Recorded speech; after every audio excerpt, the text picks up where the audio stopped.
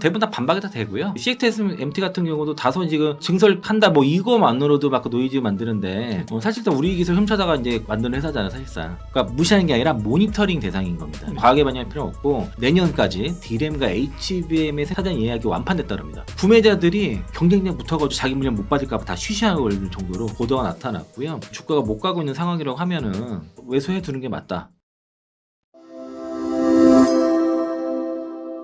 예민수의 경제토크 IM증권 서울금융센터 이창환 이사님과 삼젠닉스 삼성전자 얘기를 먼저 하겠습니다. 삼성전자가 실적 발표하고 사실 주가 오르는 게 과거에도 별로 좋은 실적 발표에도 주가 오른 적은 별로 없어요. 그죠? 맞아요. 거의 다행인 날은 좋은 실적 얘기 나와도 빠지고 나쁜 실적이 빠지고 그랬는데 이번에도 좋은 실적이었는데 주가가 빠졌고 그때 이제 정부가 호남권에 대규모 투자한다는 얘기 뭐 이런 거 이후부터 공교롭게 그죠? 오비락이라고 그때부터 주가가 계속 흘러 7월에 고생했거든요. 삼성전자 2분기 실적을 한번 리뷰를 해보죠. 뭐 이익은 서프라이즈 나왔고요. 네. 매출은 소폭 미스였는데 이 전체가 사실상 반도체가 99% 이상이었고 매출이 171조 5천억 정도였고요. 네. 그리고 이제 영업이익 89조 5천억인데 영업이익은 그 영업이익률이 이제 그러면 52% 52.2%니까 그 이익은 한 5.5% 상회를 한 겁니다. 다음 이제 이 영업이익이요 무려 1,814% 증가한 거예요. 엄청난 실적인데.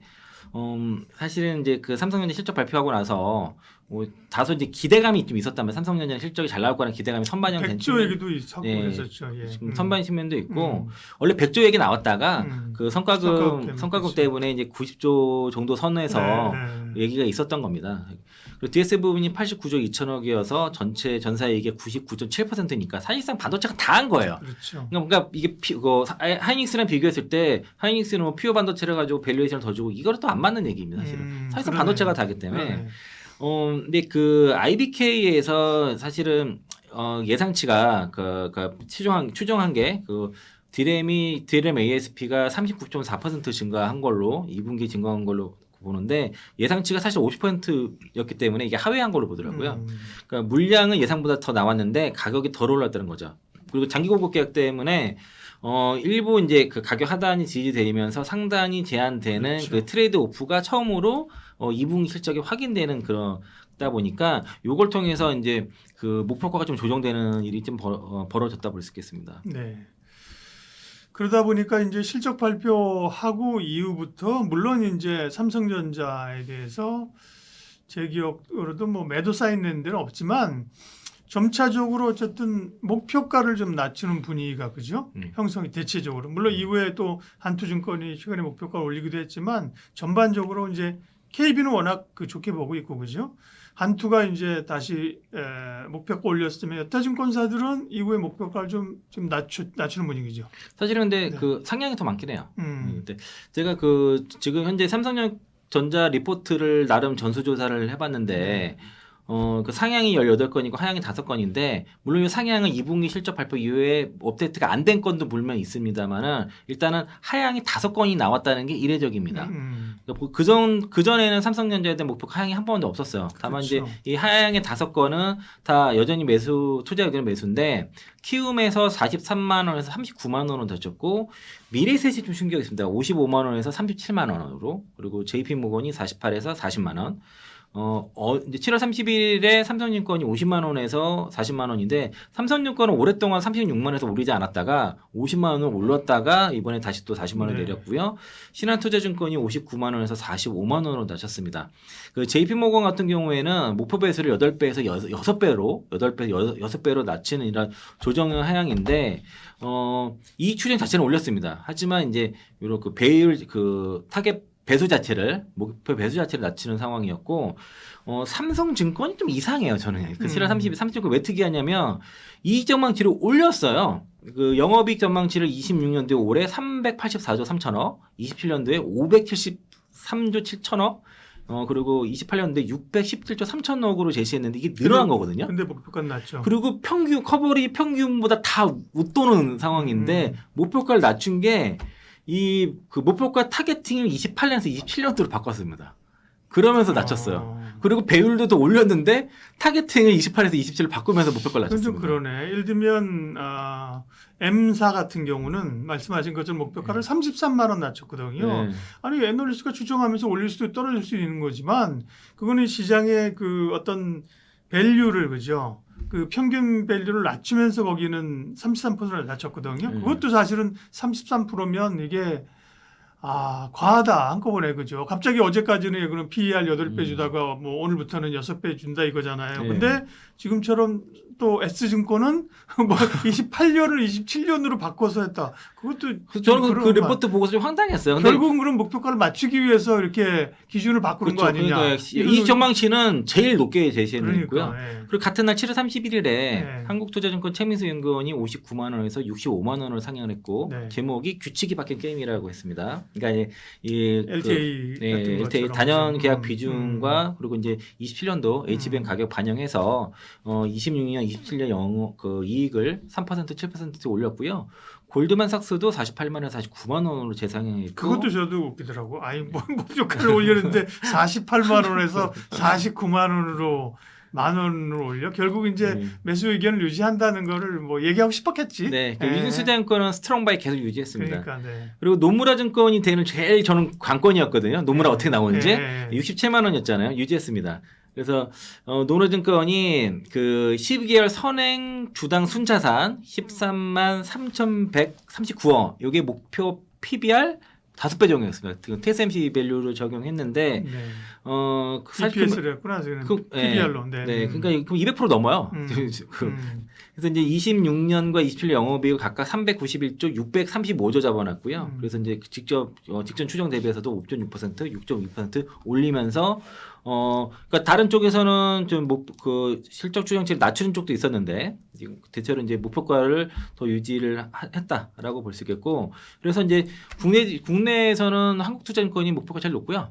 해외에서는 노무라가 제일 높습니다. 67만 원 노무라, 한투 65만 원. 그리고 최저는 미래에서 37만 원, DB에서 아직 업데이트가 DB투자증권에서 DB증권에서 36만 원. 이렇게가 가장 최저라고 볼 수 있겠습니다.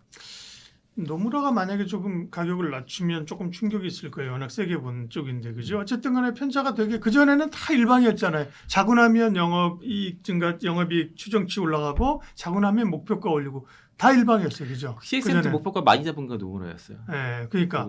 근데 이제 지금은 이제 목표가들을 이익을 줄이는 데 별로 없어요. 그죠? 이익은 늘어나는데 어떤 밸류를 적용을 다시 하면서 목표가를 좀 내리고 있는 추세입니다. 그러면 어쨌든 조금 전에 말씀드린 것처럼 이익 자체는 계속해서 높게 보는 거잖아요. 네.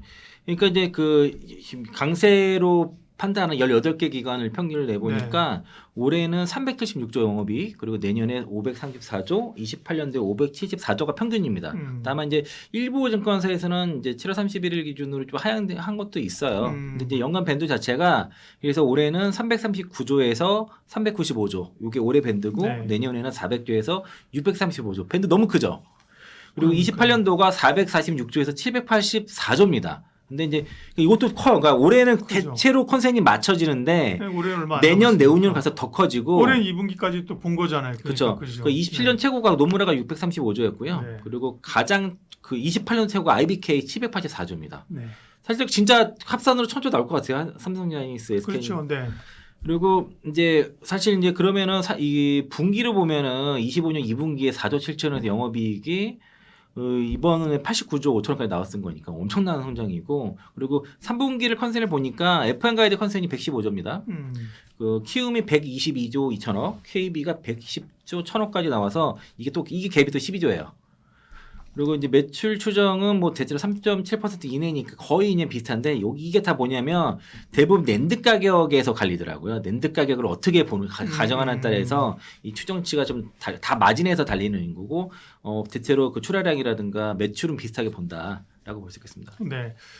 그러면 삼성전자를 이제 바라봐야 되는 실적과 증권사들의 목표치 이익 추정치를 봤고요. 이후에 삼성전자를 보면서 우리가 무엇을 볼 것인가. 물론 이제 이제 반도체 전반적인 시각하고도 비슷하긴 해요, 그죠? 최근에 뭐 CXMT 상장부터 해서 반도체 고점론 가격 상승률이 둔화된다, 뭐 여러 가지가 있었잖아요. 앞으로의 그 투자 포인트, 관전 포인트 알려주십시오. 사실은 그 중국이 있을까 하는 것은 대부분 다 반박이 다 되고요. 음. DUV 장비 같은 경우도 결국에는 원래 그 7나노 복제하려다가 실패해서 28나노 겨우 5대 그게 최대치로 만들어내려고 한 거고, 그 CXS MT 같은 경우도 다소 지금 뭐 증설 계획한다 뭐 이거만으로도 막 그 노이즈 만드는데, 그렇죠. 사실상 우리 기술 훔쳐다가 이제 그 만드는 회사잖아요, 사실상. 근데 이거는 계속 그러니까 무시하는 게 아니라 모니터링 대상인 겁니다. 네. 그러니까 과하게 반영할 필요 없고, LTE 같은 경우는 삼성전자가 굉장히 중요한 얘기를 했는데, 그러니까 범용 제품의 하한 가격을 설정을 한 거죠. 그리고 5년 롤링 계약을 한 거고요.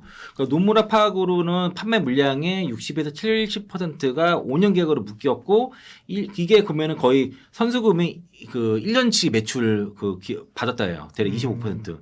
만약 이걸 깨게 되면은 1년치 매출에 해당되는 선수금을 포기해야 되는 상황이 벌어지고 다음 사이클에 물량을 못 받는 일이 벌어지기 때문에 이게 쉽게 깰 수 있는 계약이 아니라고 합니다. 이전에는 그 단연계 그 LTA가 1년 단위였는데 이게 5년 단위로 네. 하면서 1년 단위로 연장할 수 있는 거고, 하나증권에서는 LTA만으로 연간 최소 영업이익이 214조를 보고 있습니다.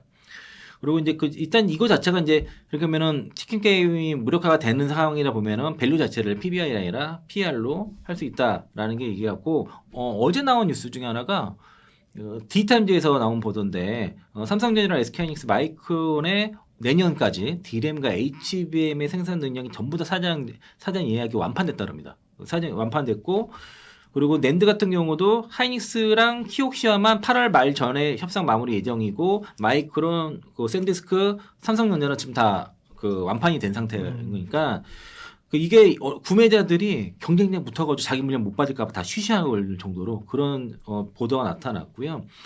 대략 이제 그 내년도에 그 D램 생산 능력이 70%가 HBM으로 가게 되고, 나머지 또 서버용으로 배정되니까 그만큼 PC라든가 스마트폰에 들어가는 범용 메모리는 더 물량이 줄어든다는 거고, 이 LTA를 계약하지 못한 기업들이 경쟁을 해서 또 가격이 올라가는 구조라서, 일부 저기 증권사에서는 갑자기 잊어먹었는데 지금 그 쇼테지가 풀리는 상황이 메모리 2030년까지 보고 있습니다. 2030년도 돼야지 메모리 공급 부족이 풀린다 이렇게 보통 28년 정도까지 일단 보고 있는 그렇게까지 거죠. 보고 네. 있으니까.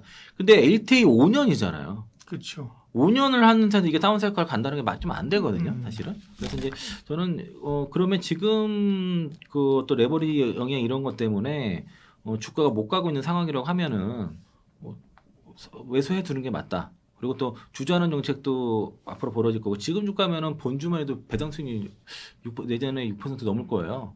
본주 우선주만 해도 10% 이상 되는 거니까 저는 그래서 이제 좋은 매수 기회다라고 그렇게 보고 있습니다. 네. 그 다음에 이제 주주환원이 시장의 이제 관심사이잖아요. 하이닉스 얘기도 하겠지만 일단 삼성전자는 컨퍼런스 콜을 이제 했어요, 그죠? 그다음에 어느 정도 주주환원에 대해서 다는 아니지만 윤곽이 조금 나온 거 아닌가요? 네, 하이닉스와 달리 삼성전자는 네. 주가 리레이팅의 마지막 방안사가 바로 주주환원 정책이라고 볼 수 있겠고요. 시장이 그거를 어느 정도 되는지에 대한 규모를 기다리고 있는 겁니다. 그러니까 회사는 3개년 정책을 약속대로 이행하고, 올해까지가 3개년이죠. 그렇죠. 네. 그 특별배당 포함해서 논의 중에 있어서 그 좋은 결과 보여주기도 했으니까 나올 것 같고요. 그러니까 어떤 수단이나 순서를 딱 시점을 정하지는 않았지만은 아마 하이닉스가 조만간에 발표하게 되면은 이어서 하지 않을까라고 좀 볼 수 있겠고, 그 잉여 현금 흐름, 그 FCF 50%라는 정도에 대해서는 회사가 얘기한 거 있기 때문에 대체로 그렇게 시장에서 보고 있는데, 그러니까 그 증권사마다 뭐 3년 누적인 얘기도 있고, 그리고 메리츠 같은 경우는 뭐 자사주 매입 소각을 선행하고 나서 그 다음에 이제 뭐 자사주랑 뭐 특별 배당 이런 거 여러 가지 나오고 있는데, 대체로 100조 이상 각각 100조 이상 시행할 거다라고 그렇게 보고 있고요. 그래서 증권사의 리포트를 찾아보니까 가장 그래도 구체적으로 말한 게 노무라인 것 같아요. 노무라는 올해 잉여 현금 흐름을 한 300조 정도로 보고 50%니까 150 정도를 환원한다 가정하게 되면은 올해 주주 환원 수익률이 12%, 내년도에 18%가 나온다는 거고요. 그 잉여 흐름 수익률 자체는 이미 주가 대비해서 23%거든요. 그렇게 되면은 그러면은 절반이니까 환원 수익률이 11% 정도 나온다니까 이거 엄청난 거죠. 이 수익률이. 그리고 한투 같은 경우가 주당 배당금을 대략 올해 2318원 정도, 그러니까 배당 수익률 9.8%까지 제시해서 지금 주가에서도 9%의 배당 수익률까지 얘기를 하고 있고, 미래 에셋이 목표가 30% 내렸잖아요. 거기서도 매수 유지한 근거가 배당 수익률 7.1% 제시를 했었습니다. 사실 미래에셋 같은 경우가 이거 배당 수익률 얘기를 가장 먼저 했었는데 목표주가 낮추면서도 그래도 배당 수익률을 높게 보면서 매수 얘기를 했었고, 그리고 이게 왜 중요하냐면은 그러니까 단순하게 돈을 많이 벌어서 뭐 PBR 매수가 PER 넘어 이게 아니라 이거 자체가 밸류에이션 체계를 바꾸는 이슈예요, 사실은.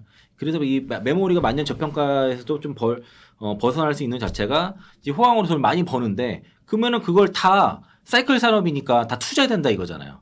그렇지 않고 주주 하나 할 수 있다. 우리 굉장히 엄청난 현금을 가지고 주주들한테 돌려줄 수 있다. 그렇게 되면은 그게 버는 만큼 주주들한테 돌아갈 수 있다고 그게 인식이 되면은, 그렇게 되면 이익의 질이 달라지는 거니까. 투자 시장에서는 그러면은 이게 이제 그 사이클, 단순 사이클 산업이 아니라 주가 리레이팅 요인을 볼 수 있는 거죠. 그래서 이제 요게 아직 확정된 건 아니지만은 충분히 나올 수 있는 거니까 차분히 기다리시면 될 것 같습니다. 네.